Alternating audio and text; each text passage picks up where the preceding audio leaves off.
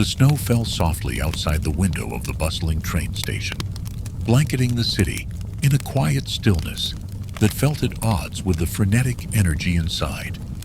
Michael Hartman stood near the departure board, a scowl etched on his face as he adjusted the strap of his weathered leather bag.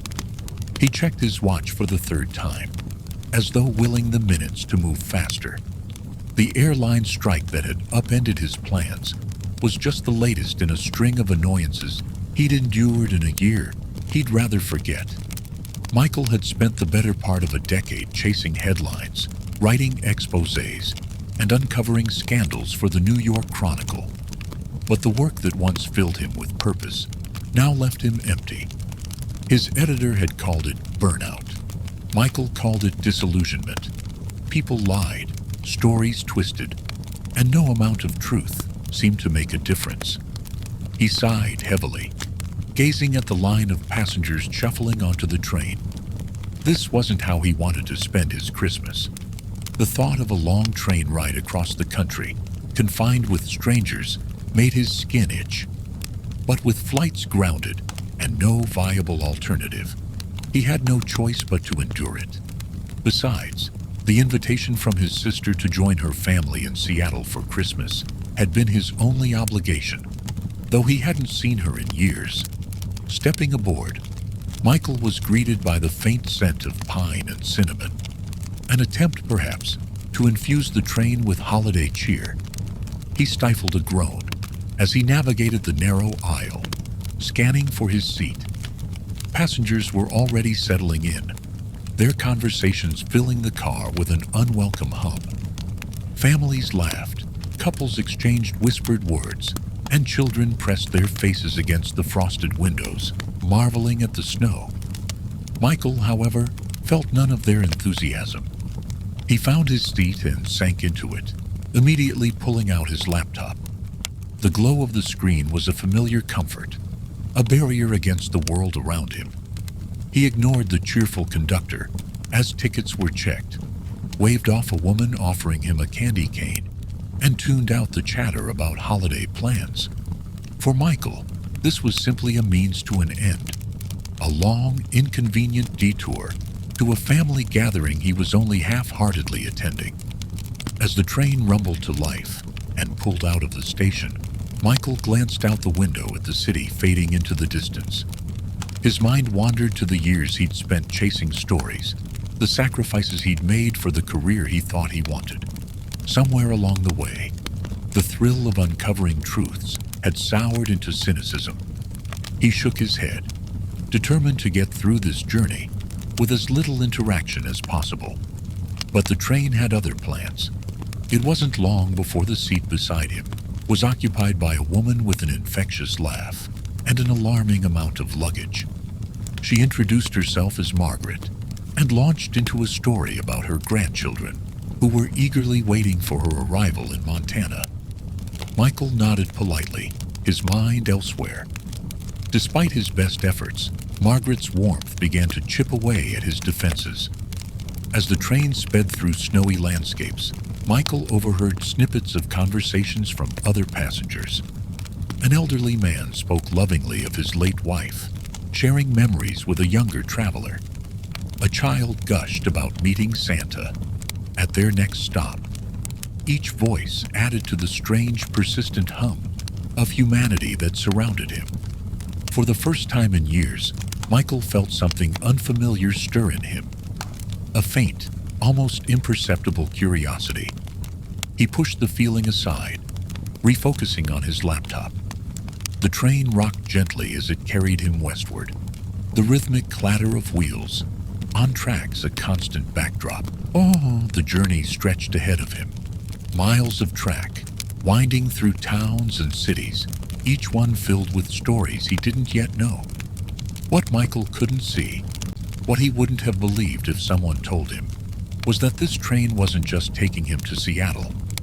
It was taking him on a journey he desperately needed, one that would remind him of the things he'd forgotten to believe in: kindness, connection, and the quiet magic of the holiday season.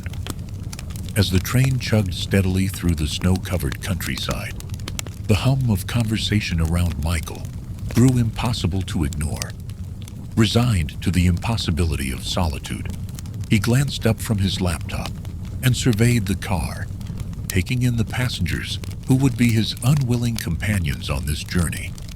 It was an eclectic mix of people, each with their own small universe of holiday plans, quirks, and stories. Margaret, the woman who had claimed the seat beside him, was already a whirlwind of activity. With a mischievous twinkle in her eye, she produced a tin of homemade Christmas cookies and began offering them to everyone within arm's reach. "No one can be grumpy with a good ginger snap," she declared, nudging Michael with a cookie. He took it reluctantly, muttering a quick thanks, but even he had to admit it tasted like Christmas in every bite. Across the aisle sat Ben, a young man in his 20s who was nervously flipping through a small velvet box in his hands. The box contained a delicate engagement ring, and every so often, Ben would open it, gaze at the sparkling stone, and close it again with a sigh. Margaret naturally noticed.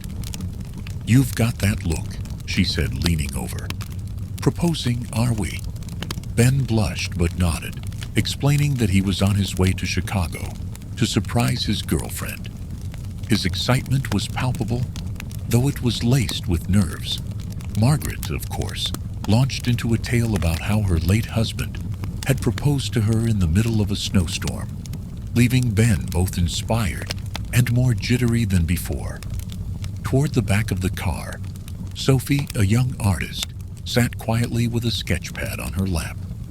Her eyes flitted from passenger to passenger as her hand moved swiftly across the paper, capturing their faces with deft strokes.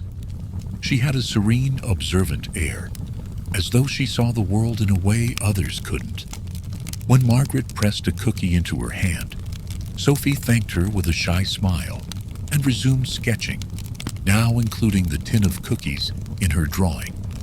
Michael was starting to feel an odd sense of connection to these strangers, even as he told himself he didn't care. But the train had more surprises in store. As the conductor made his way down the aisle, checking tickets and exchanging cheerful greetings, Michael's attention was drawn to a new passenger entering the car. Her coat was dusted with snow, and she carried a well-worn leather bag slung over her shoulder. At first, all Michael noticed was her air of easy confidence, the way she scanned the car with a faint smile, as if she belonged everywhere. Then she turned, and his breath caught. It was Clara. He froze, staring at her, as memories flooded back. Clara had been his first great love, a vibrant, adventurous travel writer who had swept into his life like a whirlwind and left just as suddenly. Their breakup years ago had been messy and unresolved, and he'd buried those feelings under layers of work and cynicism. Yet here she was, stepping onto the same train, her presence an unexpected and unwelcome jolt to his carefully managed emotional distance. Clara spotted him almost immediately. For a moment, her eyes widened in surprise, but then her expression softened into something unreadable. "Michael," she said as she approached, "of all the trains, in all the towns." He stood awkwardly, unsure what to say. "Clara," he managed, his voice rougher than he intended. "What are you doing here?" "I could ask you the same," she replied, setting her bag down on a nearby seat. "But if you must know, I'm heading to a retreat in Montana. A little Christmas writing inspiration. And you?" Michael hesitated, reluctant to admit his own mundane reason for traveling. "Visiting family," he said finally. "Seattle." She nodded, her gaze steady. "Well, it seems fate has a sense of humor." As Clara settled into her seat, just a few rows away, Michael's mind churned with questions and emotions he wasn't ready to face. He turned his attention back to his laptop, but his focus was shattered. The train car seemed smaller now, the hum of voices louder. Margaret, of course, had already picked up on the tension. "Old flame?" she asked, her voice low and conspiratorial. Michael sighed. "Something like that." Margaret grinned knowingly and patted his arm. "Well, dear, the holidays are full of surprises. Don't let this one pass you by." Michael wasn't sure what to make of her words, or of Clara's unexpected reappearance in his life. But as the train sped on through the snowy night, he couldn't shake the feeling that this journey was about to become far more complicated and far more meaningful than he'd anticipated. The train glided through a winter wonderland of snow-draped trees and frost-kissed fields, the rhythmic clatter of the wheels blending with the quiet murmurs of the passengers. Michael leaned back in his seat, trying to focus on the article he'd half-heartedly started, but the warmth of the car and the soft hum of life around him made it impossible to concentrate. Margaret's voice broke through his thoughts. "Oh dear, my bag. It's gone."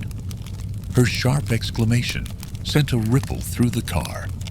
Michael turned to see her patting the empty space beside her with increasing urgency. "What does it look like?" he asked, standing up, before he even realized what he was doing. "Red leather, with a gold clasp. It was right here when I went to get tea," Margaret fretted, her usual cheer replaced by worry. Without hesitation, Michael started walking down the aisle, scanning the luggage racks and asking other passengers if they'd seen it. His questions were met with sympathetic shakes of the head, but as he rounded the corner into the next car, he spotted a flash of red under an empty seat. He bent down, pulling the bag out from where it had slipped, likely unnoticed. "Found it," he said when he returned, holding up the bag. Margaret's face lit up like a Christmas tree. "Oh, bless you," she exclaimed, taking it from him and rifling through to make sure everything was intact. "You're my hero." Michael smiled faintly, brushing off the praise as he returned to his seat. He noticed Ben watching him, his own expression a mixture of nervous admiration and self-doubt. "You're good with people," Ben said quietly after a pause. "Not really," Michael replied, but Ben shook his head. "Better than me," he muttered, opening the small velvet box yet again. The diamond inside caught the warm light of the car, and Michael could see how carefully Ben had chosen the ring. "You're proposing on Christmas?" Michael asked, trying to fill the silence. Ben nodded, his voice tinged with a mix of excitement and fear. "Yeah, she loves the holidays. I thought it'd be perfect. But what if I mess it up? What if she says no?" Michael paused, considering his words. "If she loves you, she won't care if you fumble your words. It's the gesture that matters. Trust me, no one remembers the perfect proposal. They remember the moment."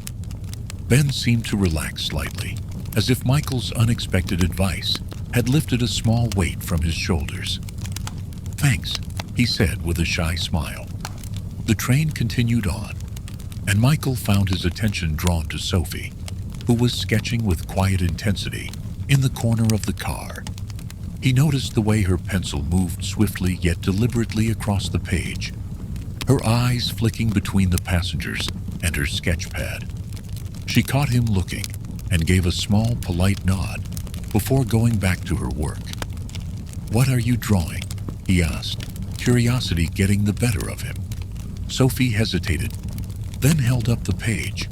It was a scene from the car, Margaret offering cookies, Ben clutching his ring, and even Michael himself, captured in a moment of thought. The likenesses were striking, not just physically, but emotionally. Somehow she had captured more than their appearances. She had captured their essence. "That's incredible," Michael said, genuinely impressed. Sophie shrugged with a small smile. "I just draw what I see." For the first time in a long while, Michael found himself interested in the people around him, not just as subjects for a story, but as individuals with depth and warmth. Margaret's boundless energy, Ben's earnest hopefulness, Sophie's quiet artistry. They were each carrying their own dreams and struggles, and yet they all shared this moment of connection on the train. Even Clara, sitting a few rows away with her notebook, had become part of the strange magic of the journey.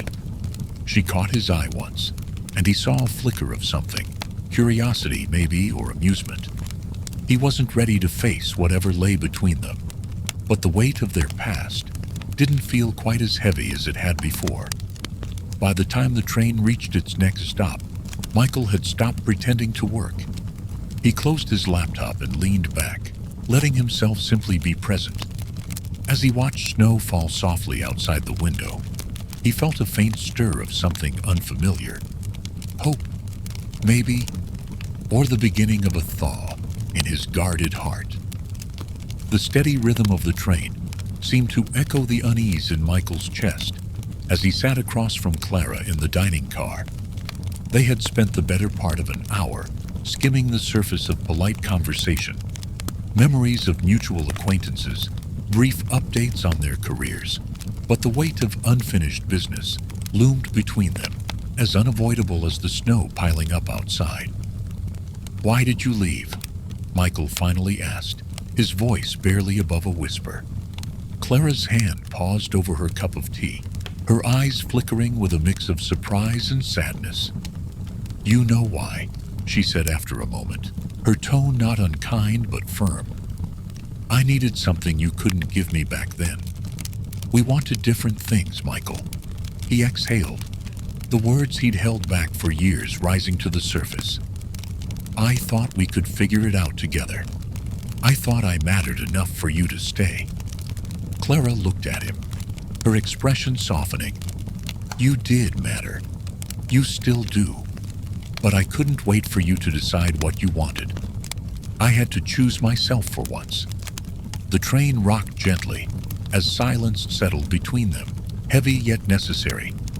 Michael stared at the untouched coffee before him, her words sinking in. "Do you regret it?" he asked, his voice quieter this time.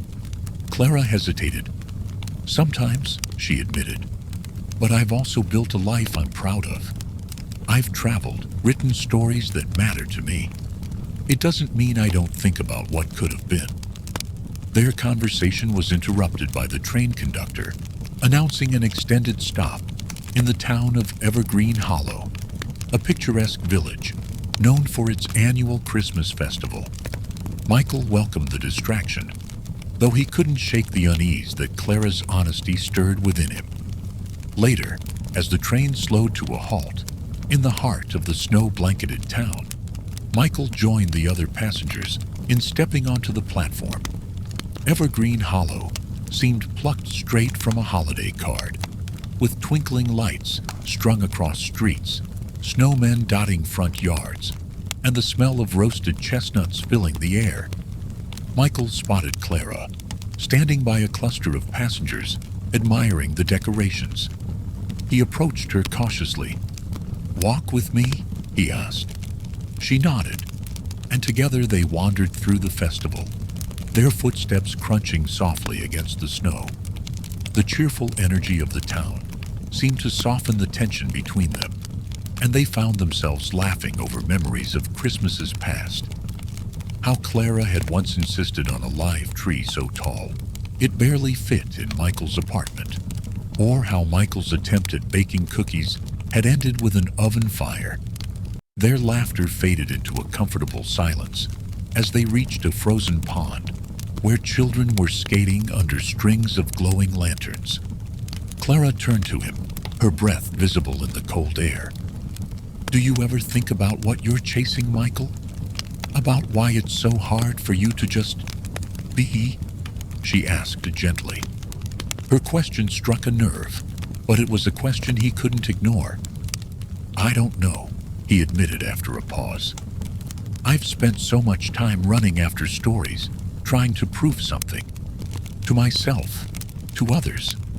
Maybe I've been too scared to stop and figure out what really matters." Clara smiled faintly. It's never too late to figure it out. As they walked back toward the train, Michael felt something shift within him. The weight of his past regrets and ambitions seemed a little lighter, replaced by a flicker of hope. Clara's candor had cracked open a part of him he had long ignored, and though their future together was uncertain, he felt grateful for this moment of connection. The train's whistle echoed through the crisp night air, signaling their time in Evergreen Hollow was drawing to a close. As they boarded, Michael glanced back at the glowing lights of the town and felt, for the first time in years, a sense of clarity. The train rolled to a halt at Evergreen Junction, a quaint town nestled in a valley blanketed with snow. The conductor announced a longer than usual stop, inviting passengers to join the town's annual Festival of Lights, a cherished Christmas Eve tradition. Michael stood on the platform, hesitating as the cheerful bustle of the townsfolk swirled around him. He wasn't one for holiday celebrations, but the infectious excitement tugged at something deep within him. "Come on," Margaret said, appearing at his side with a mischievous grin. "You can't just stand here and brood all night. This town knows how to celebrate Christmas."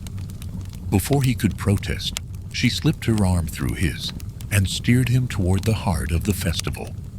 Evergreen Junction was a scene straight out of a holiday movie, with cobblestone streets lined with stalls selling handmade ornaments, steaming mugs of cider, and gingerbread shaped like miniature trains. In the center of it all stood a towering evergreen tree, its branches adorned with twinkling lights, ribbons, and ornaments crafted by the townsfolk. Michael soon found himself roped into helping decorate the tree. A group of children handed him delicate glass baubles, which he hung on the higher branches, while a local choir sang carols nearby. Despite himself, he began to relax, the warmth of the festivities melting some of the tension he had carried for so long. At one of the stalls, Margaret handed him a mug of hot cocoa, its aroma rich and comforting. They sat on a bench near the tree, watching the town come alive with laughter and song. Ben, the nervous young passenger Michael had met earlier, approached them, clutching a small velvet box. "I think tonight's the night," Ben said, his voice trembling. "I'm going to propose to her by the tree." Margaret beamed, clapping her hands. "Oh, how romantic. She'll love it." Michael couldn't help but smile at Ben's earnestness. "Good luck," he said, giving the young man a reassuring pat on the shoulder. As Ben walked toward his unsuspecting girlfriend, Michael found himself rooting for the kind of love he had grown cynical about. The moment came, under the glow of the tree. Ben dropped to one knee, his girlfriend's gasp audible even above the carolers. The crowd erupted in applause as she nodded, tears streaming down her face. Michael felt an unexpected lump in his throat as he watched their embrace. As the night deepened, Michael found Clara standing near the edge of the festival, her face illuminated by the soft glow of the lights. She looked peaceful, her usual guarded expression replaced by a quiet warmth. "I didn't think you'd stay," she said as he approached. "I didn't think I'd enjoy it," he admitted, his lips curving into a small smile. "But there's something about this place. It's hard not to get caught up in it." They stood in silence for a moment, watching the townspeople dance and laugh. Snow began to fall, light and powdery, adding a touch of magic to the scene. "Clara," Michael said softly, his voice carrying an edge of vulnerability, "do you ever think about what might have happened if things had been different? If I hadn't been so stubborn?" Clara turned to him, her eyes searching his. "I used to," she said honestly. "But life doesn't give us do-overs, Michael. We can only move forward." He nodded, feeling the weight of her words. Yet, the hope in her tone wasn't lost on him. As the Festival of Lights reached its crescendo, the tree was lit with a dazzling array of colors, drawing gasps from the crowd. Michael and Clara stood side by side, their breath mingling in the frosty air. For the first time in years, Michael felt a spark of something he thought he had lost. Connection, possibility, and the stirrings of a future he hadn't dared to dream of. The train had just left Evergreen Junction when the snow began to fall harder, the gentle flakes quickly transforming into a fierce blizzard. Within an hour, the rhythmic clatter of the train slowed, and finally, the conductor's voice crackled over the intercom. "Ladies and gentlemen, I regret to inform you that the storm ahead has made the tracks impassable. We'll be stopped here for the night, until the snow clears." A collective groan echoed through the car. Michael glanced out the window at the endless expanse of white, the landscape shrouded in a swirling veil of snow. The train felt like a lone, fragile bubble of light and warmth in a vast, cold wilderness. Passengers began to stir, murmuring complaints and worries. Margaret sighed dramatically. "Well, if we're stuck, we might as well make the best of it." Michael stood, feeling a tug of responsibility he didn't fully understand. "She's right," he said, raising his voice slightly.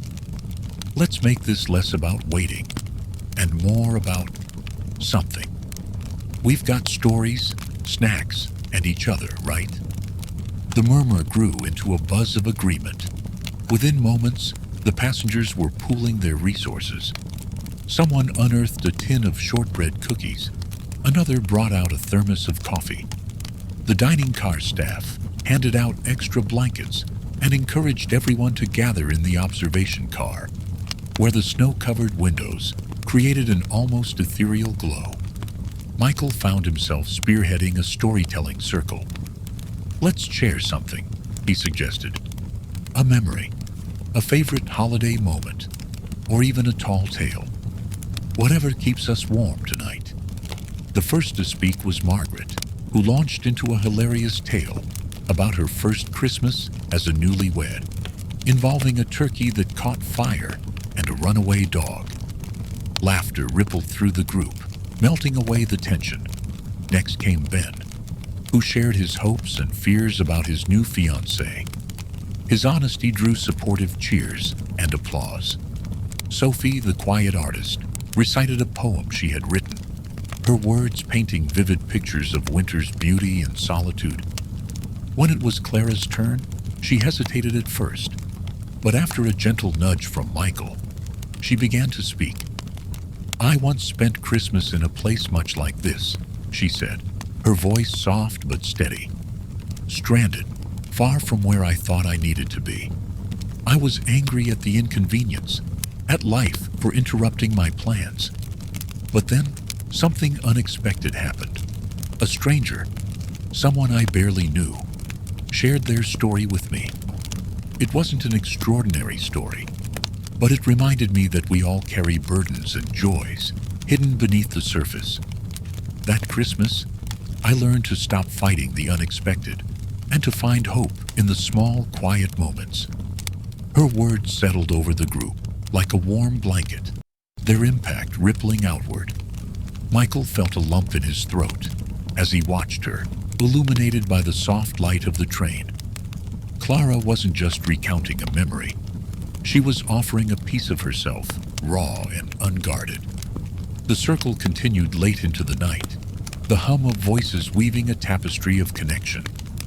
Michael shared a story of his own, recounting a childhood Christmas when his father had built him a bookshelf out of old scrap wood, his first step toward a lifelong love of books. As the hours passed, the passengers grew closer, the barriers between strangers dissolving. They weren't just individuals on a train anymore. They were a community, brought together by circumstance, but bound by shared humanity. When the group finally dispersed, Michael lingered by the window, watching the snow swirl outside. Clara joined him, her presence quiet and steady. "You did something special tonight," she said. "This could have been a miserable experience, But you turned it into something memorable. Michael looked at her, his defenses lowering further than they ever had. You were the heart of it, Clara. Your story. It reminded me of what I've been missing. She held his gaze, her expression soft. Maybe it's not too late to find it again. As the train sat silent and still in the snowy wilderness, Michael felt something shift inside him. The storm outside no longer seemed so foreboding. Instead, it felt like a pause, a chance to reset, and to discover what truly mattered. The train began to stir with early morning activity as the passengers prepared for the final leg of their journey. Outside, the snowstorm had passed, leaving the landscape a pristine, glistening white under a pale winter sun. Michael sat alone in the observation car, gazing at the world beyond the frosted windows. The train felt different now, quieter, yet filled with an undercurrent of anticipation. It was Christmas Eve. Michael's mind churned with thoughts. The past few days had been a blur of moments that cracked open the walls he had so carefully built around himself. The warmth of strangers, the honesty in their stories, and Clara. Her presence had stirred something long dormant. He found Clara sitting in the dining car, her notebook open, pen poised but unmoving. She looked up as he approached, her expression unreadable but welcoming. "Mind if I sit?" he asked. "Not at all," she replied, closing her notebook. For a moment, neither of them spoke. The hum of the train filled the silence, punctuated by the occasional clink of coffee cups and muffled laughter from nearby tables. "Clara," Michael began, his voice unsteady. "I've been thinking a lot these past few days. About everything. About us." She tilted her head slightly, her gaze unwavering. "What about us?" He took a deep breath. "I wasn't fair to you back then. I thought being cynical made me smarter, more prepared for life's disappointments. But all it did was push away the people who mattered most. It pushed you away." Clara's lips parted, but she didn't interrupt. "This trip, it's shown me how wrong I was. The people I've met, the stories I've heard, they reminded me that the world isn't as cold and unforgiving as I made it out to be. And seeing you again," he hesitated, searching for the right words. "You've reminded me of who I used to be, the part of me I liked the most." Clara's eyes softened, her defenses visibly lowering. "Michael, I left because I didn't know how to reach you anymore. It wasn't that I didn't care. I cared too much. It hurt to watch you drift further away." Her honesty hit him like a jolt. He leaned forward, his voice earnest. "I'm sorry, Clara, for everything, for letting my fear of failure, of vulnerability, ruin what we had. I don't want to make the same mistake again." Clara studied him for a moment, her expression shifting from guarded to hopeful. "You've changed," she said quietly. "I can see it, and I never stopped caring about you, Michael. But if we try this again, it has to be different. We both have to be different." Michael nodded, a small smile breaking through his tension. "I want that. I want us." They sat there for a moment, the weight of their shared history lifting, replaced by the possibility of a new beginning. The train slowed as it approached a small station, its platform decked out with twinkling lights and garlands. The conductor's voice announced a brief stop for passengers to enjoy the holiday festivities. Michael and Clara stepped out together, the crisp winter air invigorating. Under the glow of the station's grand Christmas tree, they joined the crowd of passengers and townspeople, singing carols. Margaret passed them mugs of steaming cider. Ben beamed with his fiancée by his side, and Sophie quietly sketched the joyful scene. As the carolers' voices swelled, Michael turned to Clara, his heart full in a way it hadn't been in years. "Merry Christmas, Clara," she smiled, her eyes reflecting the warmth of the tree's lights. "Merry Christmas, Michael." In that moment, surrounded by the festive glow and the hum of human connection, Michael realized that this journey had given him more than a destination. It had given him a second chance to believe, to hope, and to love. The train slowed to a halt in Seattle as the first light of Christmas morning broke over the horizon. Michael stood near the doors, his suitcase in one hand, his heart lighter than it had been in years. The passengers, weary but cheerful, began to disembark, exchanging warm farewells and promises to stay in touch. Michael glanced back at the train one last time, the hum of its engine and the soft chatter of its remaining passengers lingering like the echoes of a dream. Clara stepped up beside him, her breath visibly in the crisp morning air. "Ready?" she asked, her tone light but expectant. Michael nodded, a small smile playing on his lips. "Ready." The station was bustling with holiday greetings and reunions. Families embraced, children marveled at the lights, and the aroma of coffee and cinnamon wafted through the air. For a moment, Michael hesitated, unsure of how his own reunion would unfold. Then, through the crowd, he spotted his sister Sarah, waving enthusiastically, her children bouncing with excitement at her side. "Uncle Michael," they shouted in unison, breaking into a run. Michael crouched down, arms open as they barreled into him. Their laughter and warmth washed over him, dissolving the last remnants of his doubt. Sarah approached, her face lighting up with joy. "It's so good to see you," she said, pulling him into a hug. "I wasn't sure you'd come." "Neither was I," Michael admitted, his voice thick with emotion. "But I'm glad I did." Sarah's gaze shifted to Clara, who stood slightly apart, watching the reunion with a soft smile. Michael straightened, gesturing toward her. "Sarah, this is Clara, an old friend, and maybe something more." Clara stepped forward, her hand outstretched. "It's nice to meet you." "Likewise," Sarah said, a knowing look passing between them.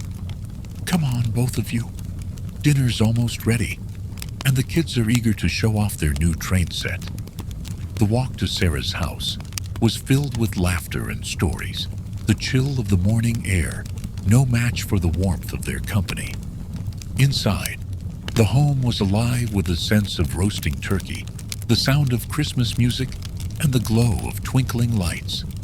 Clara and Sarah bonded easily, sharing anecdotes, while the children proudly displayed their miniature train, its tiny engine chugging along a track, encircling the tree. Later, as they gathered around the table for Christmas dinner, Michael felt a profound sense of belonging. He looked at Clara, who caught his gaze and smiled, the unspoken connection between them stronger than ever. His family's laughter surrounded him, and for the first time in years, he felt truly present. After dinner, Michael and Clara stepped outside. The quiet stillness of the night, a stark contrast to the lively warmth of the house. The snow-covered streets shimmered under the light of the full moon. "You know," Clara began, her breath curling in the air, "this wasn't the Christmas I had planned." "Me neither," Michael said, slipping his hands into his coat pockets. "But maybe it's the Christmas I needed." Clara smiled, her eyes softening.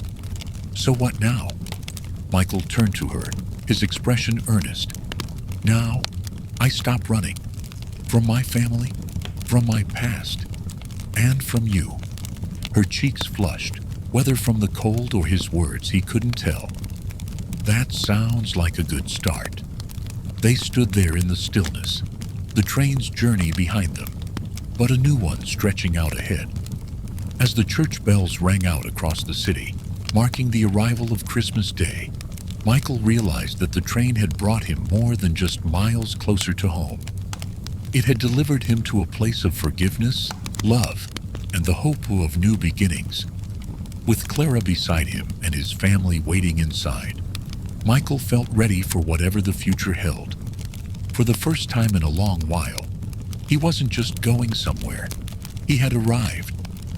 The morning after Christmas dawned clear and crisp, with the city of Seattle bathed in the soft glow of early sunlight.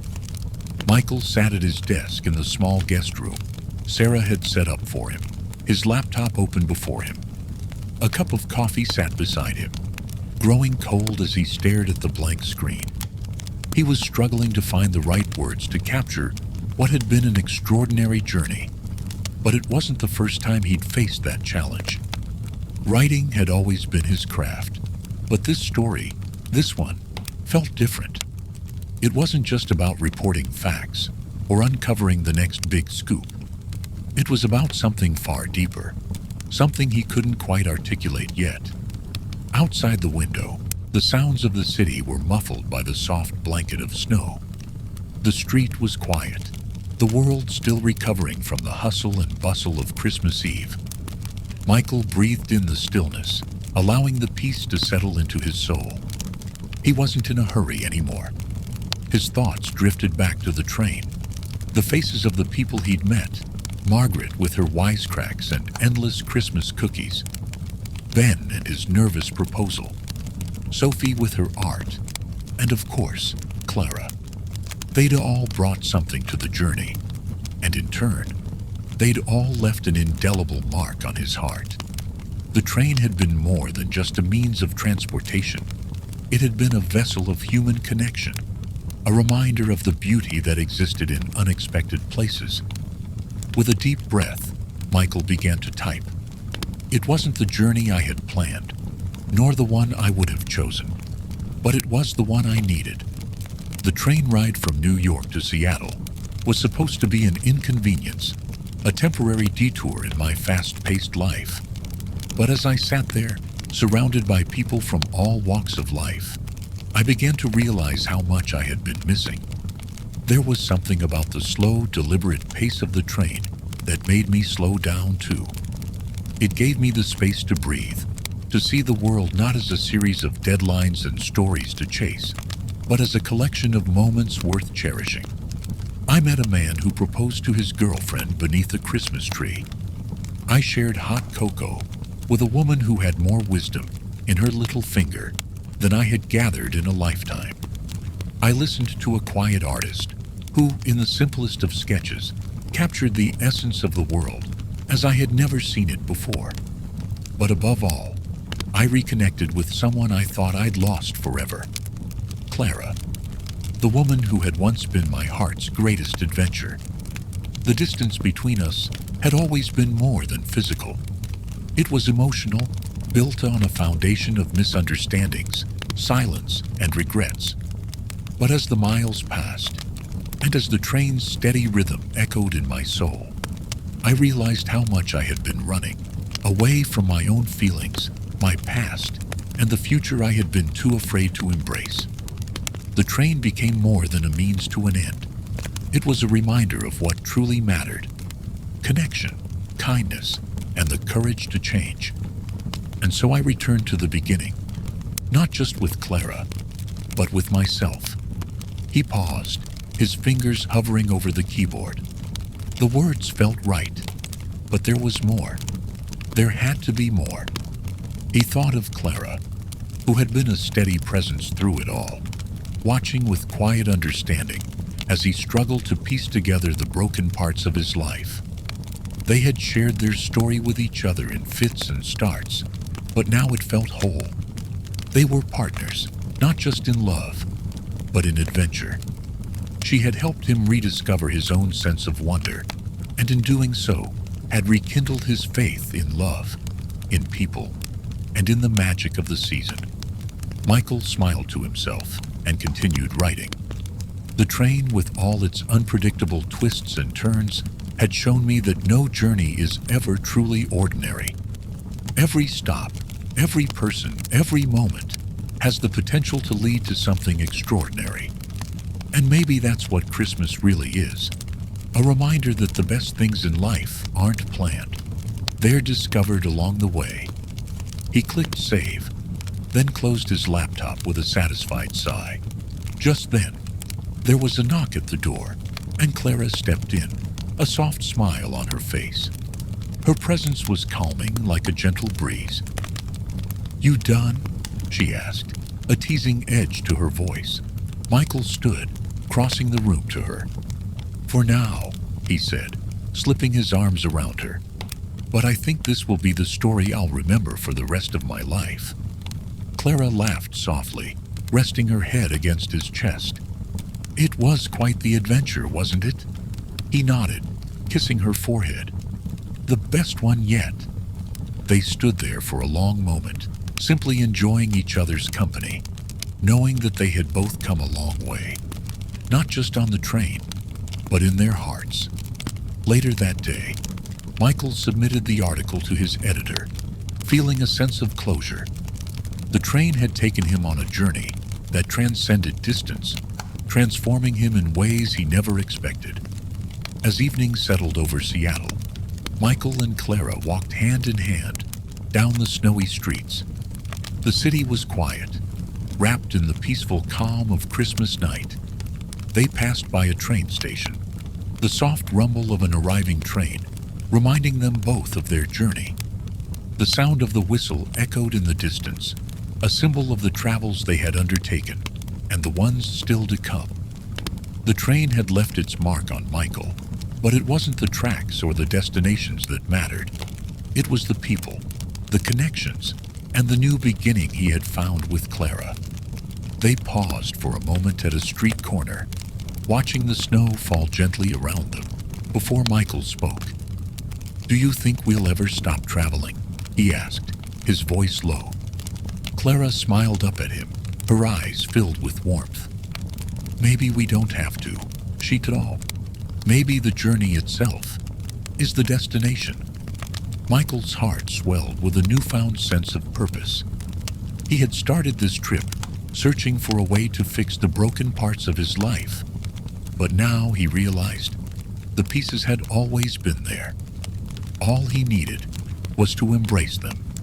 Together, they watched the world around them, knowing that whatever journey lay ahead, they would face it with open hearts and a spirit of adventure. And as the train rumbled softly into the night, Michael knew that the spirit of the rails, the spirit of Christmas, was something that would stay with him forever.